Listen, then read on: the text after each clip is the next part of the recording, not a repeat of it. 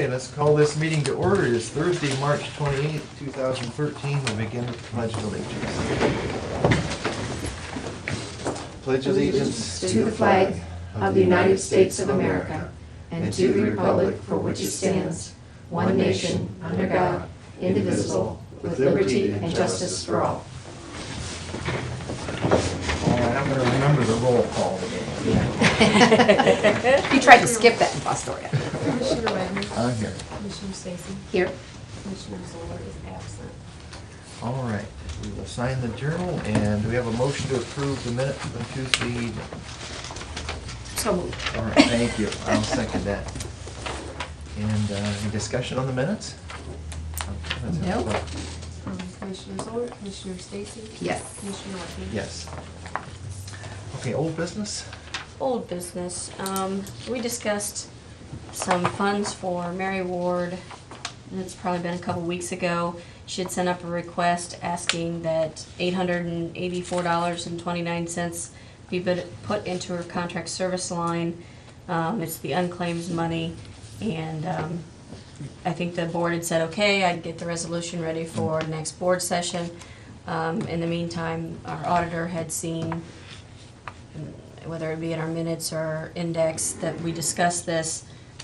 In the code does specifically say that the monies should be held for 5 years. So basically, and we usually do this for Mary every year, just realizing that if somebody would come and claim it within that 5 years, we would be responsible for the $884 out of the general fund, which she has paid in and is asking for. Okay. Is it still, I mean, if nobody claims it, it'll go back into the general fund, but technically it's supposed to be held for the 5 years. And I think she asked us same thing last year. It was a very minimal amount, and we went ahead and did it last year, just because, you know, she's paying it into the general fund.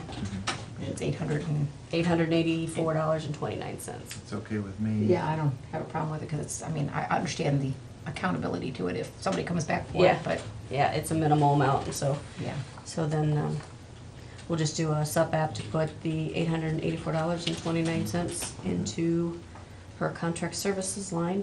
And she didn't have to give it to us in the first place. She could have just kept it in this account and Yeah. not turned it over to us. Right. And if it was a substantial amount, I could see, yeah, we definitely would earmark it, but then you got, but Okay. All right, then I'll just read that in when I read the other resolutions.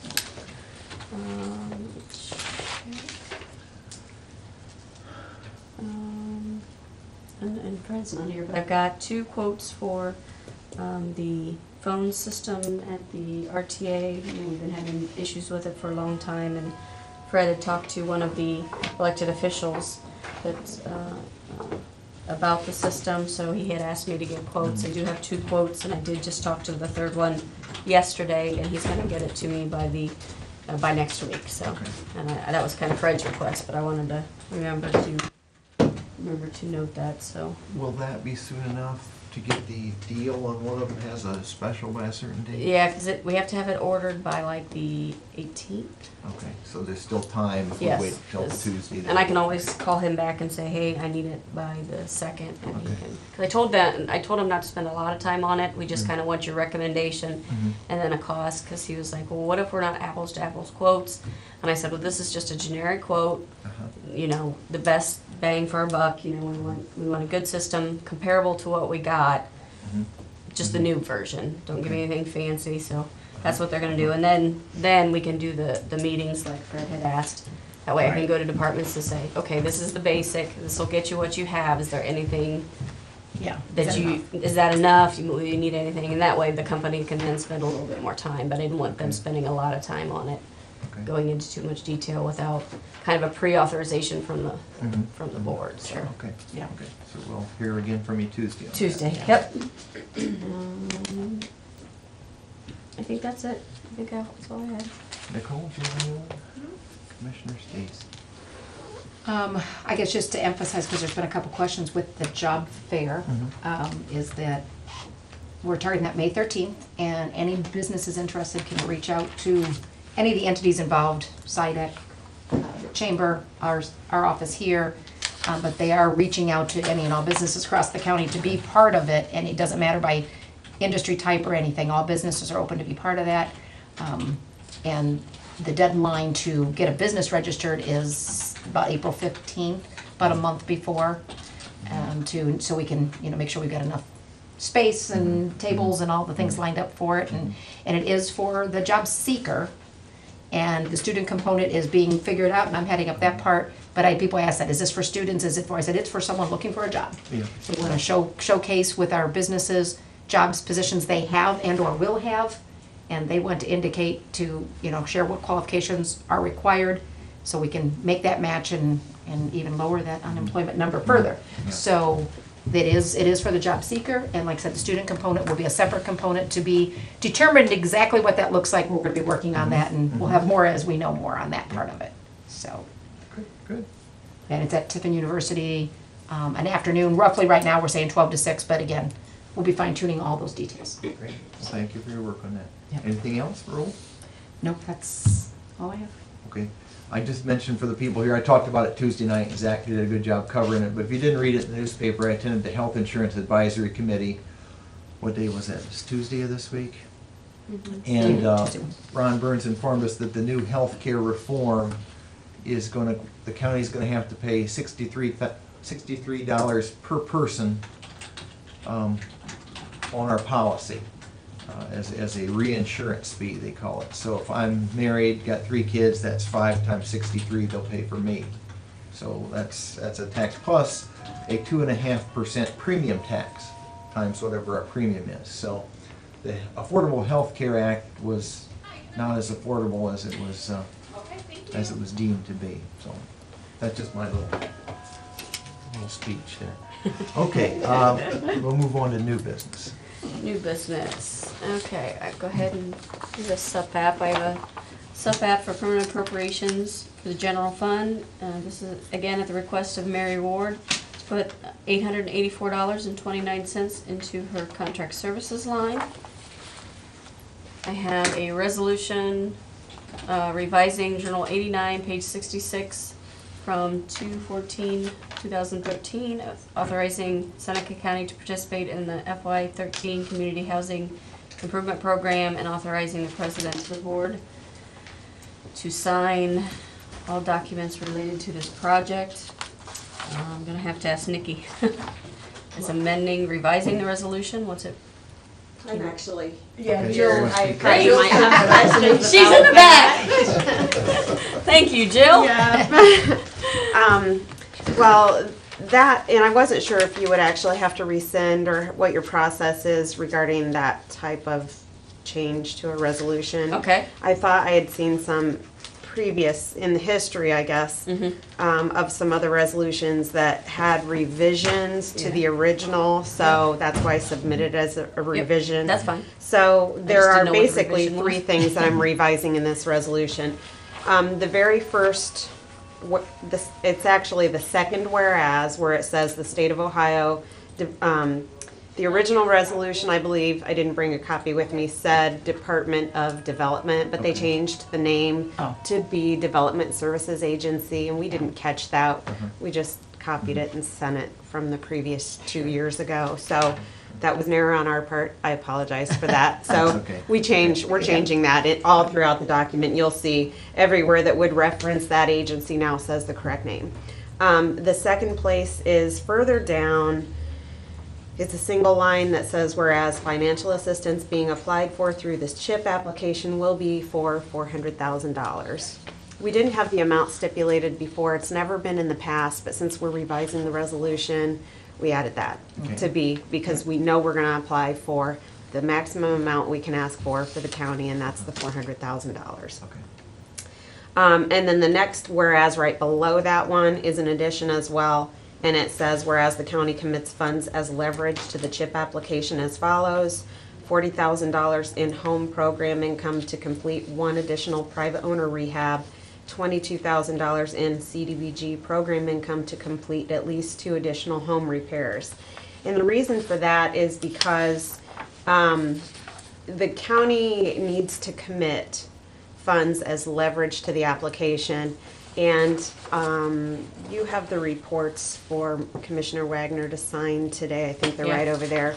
Housing revolving loan fund balance is around $138,000, I think.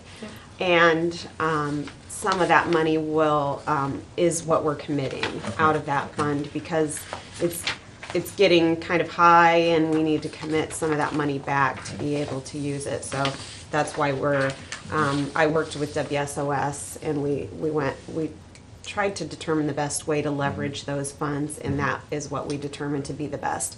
I think during the Housing Advisory Committee, I think Commissioner Wagner, you had asked about Bascom. Yeah, well, I don't know And if it was me or somebody. yeah, somebody did, one of you two, I think, Might have asked been. about Bascom and the assisting with the connection, the initial Yeah, connection for the yeah. homeowners. And that was something that there wasn't gonna be enough funds to leverage for that, so we didn't list that as, Okay. instead we did this other avenue.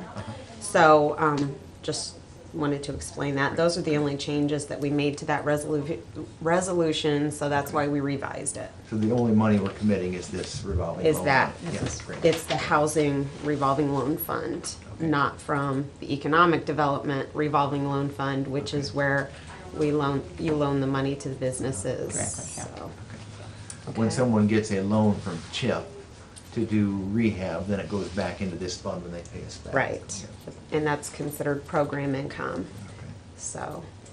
Okay. Okay, thank you very much. That Thanks, makes Joe. sense. You're welcome.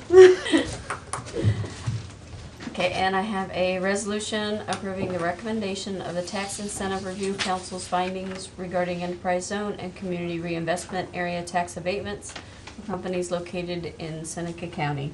This would be VH1 Properties LLC, a continued abatement. VH1 is the medical facility out. Mhm. What is that? 224. 224. Okay, is there a motion? So moved to accept. Okay, and I will second that. Any discussion on any of that? No, I think the things I was wondering about the revised, that's all been answered about the first one, so, good. Great. Vote, please. Commissioner Zoller, Commissioner Stacy? Yes. And Commissioner Wagner? Yes. Okay, other new business from our administrator. Nope, Okay. Nicole? I have none.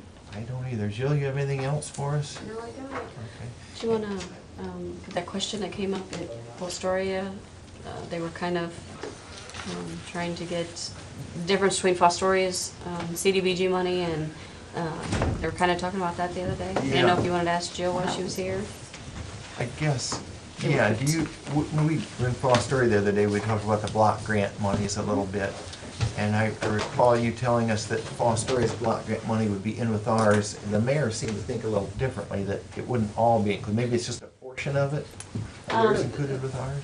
From everything that I've read in the consolidated plan, Uh-huh. and in talking with some other people as well, it sounds like all of Fostoria's money is coming to the county, which would Okay. increase the county amount. I don't Okay. know what Fostoria's allocation was before, and so I don't know how that's gonna Okay. increase. We haven't gotten the numbers yet. The last email we got from the state didn't include any numbers yet. Okay.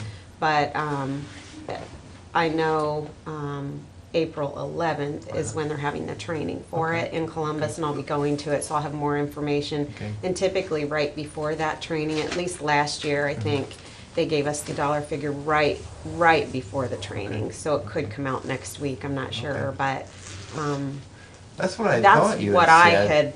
had. The mayor had a different Yeah. interpretation. He thought it was still coming to them. didn't he? Yeah, or he Well- thought some of it was, if not all of it, was Yeah. still coming to him, so. Okay, yeah, I don't, the way it was written, I didn't read it that Okay. way. Okay. So it's at this point all up to interpretation Yeah, and how yeah, each yeah. individual would interpret it.